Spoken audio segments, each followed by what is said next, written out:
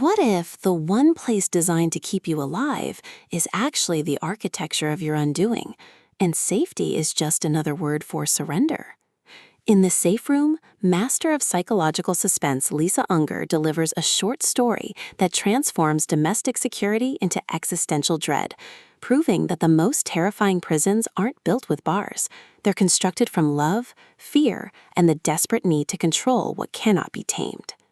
This isn't merely a compact thriller, it's a concentrated dose of claustrophobic brilliance, where every locked door echoes with unspoken trauma, and every reinforced wall whispers of sacrifices made in the name of protection.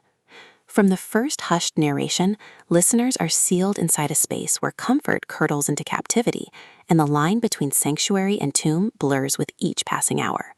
Perfect for fans of tight, character-driven suspense and stories that linger like smoke after the fire dies, this audiobook serves up relentless tension, moral ambiguity, and a revelation so intimate it feels like a violation of your own sense of security.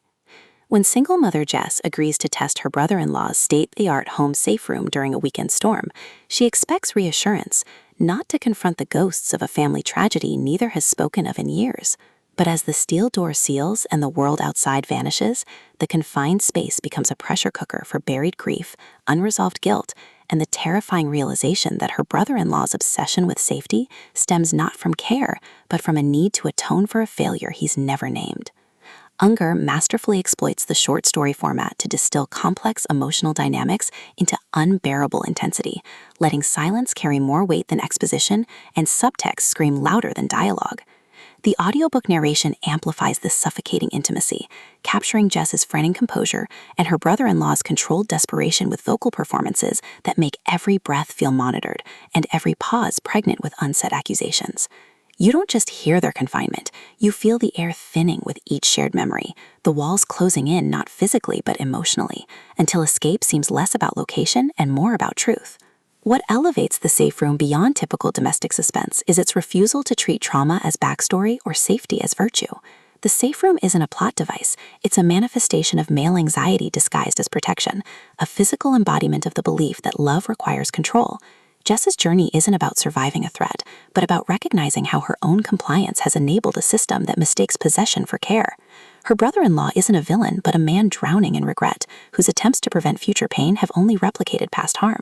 Their dynamic evolves through forced proximity, tense silences that crack under the weight of shared history, moments of unexpected vulnerability that terrify them both because they're unearned, and confrontations where power shifts visibly as Jess refuses to perform gratitude for her own entrapment. Even the storm outside serves thematic depth, its chaos mirroring internal turbulence while highlighting the illusion of control within human-made fortresses. Every interaction reinforces the novel's core truth. True safety isn't the absence of danger, but the presence of trust, and trust cannot exist where autonomy is surrendered.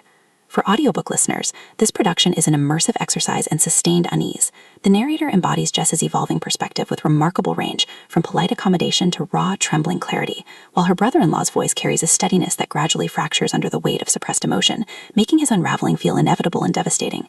Sound design enhances claustrophobia without gimmickry, the hum of ventilation systems marking artificial calm, distant thunder muffled by reinforced walls, the oppressive silence of a space designed to exclude all sound but your own heartbeat, all ground psychological stakes in sensory reality.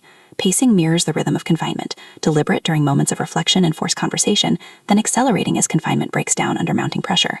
Whether you're commuting through open spaces or sitting in quiet solitude, the audiobook creates a portable cage where isolation feels absolute and time feels borrowed. Its storytelling is embodied suspense, transforming passive listening into active participation in a reckoning where freedom demands more than unlocking a door. It demands confronting what you've allowed to lock you in. Ultimately, The Safe Room redefines the short story form by proving that depth isn't measured in pages, but in resonance. It satisfies cravings for tight plotting and chilling atmosphere while delivering substantive commentary on gendered expectations of protection, the violence of well-intentioned control, and the radical act of claiming space within relationships built on sacrifice. No prior series knowledge is needed. It stands confidently as a complete, devastating experience.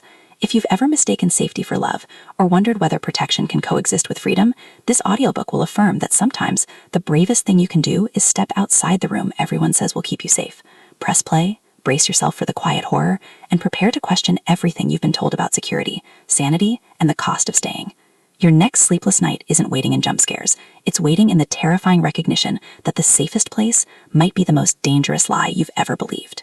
When pastry chef Harper Lane agrees to chaperone her niece's summer camp reunion weekend, she expects burnt hot dogs and polite small talk, not an unexpected collision with Liam Callaghan, the camp's ruggedly handsome director who once broke her heart with a goodbye note left on a pillow 10 years ago. But as forced proximity reignites old sparks and new vulnerabilities surface between s'mores and midnight swims, Harper realized Liam didn't leave because he stopped caring. He left because he believed loving her would ruin the only stable thing in his chaotic upbringing. Now bound by shared history and present desire, they must navigate a labyrinth of unresolved feelings, protective instincts, and the question of whether love can exist without sacrificing the self.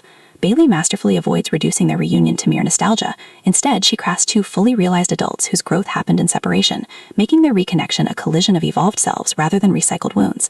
The audiobook narration amplifies this emotional precision, capturing Harper's guarded warmth and Liam's quiet devotion with vocal nuances that make every loaded glance feel electric and every moment of tenderness feel earned.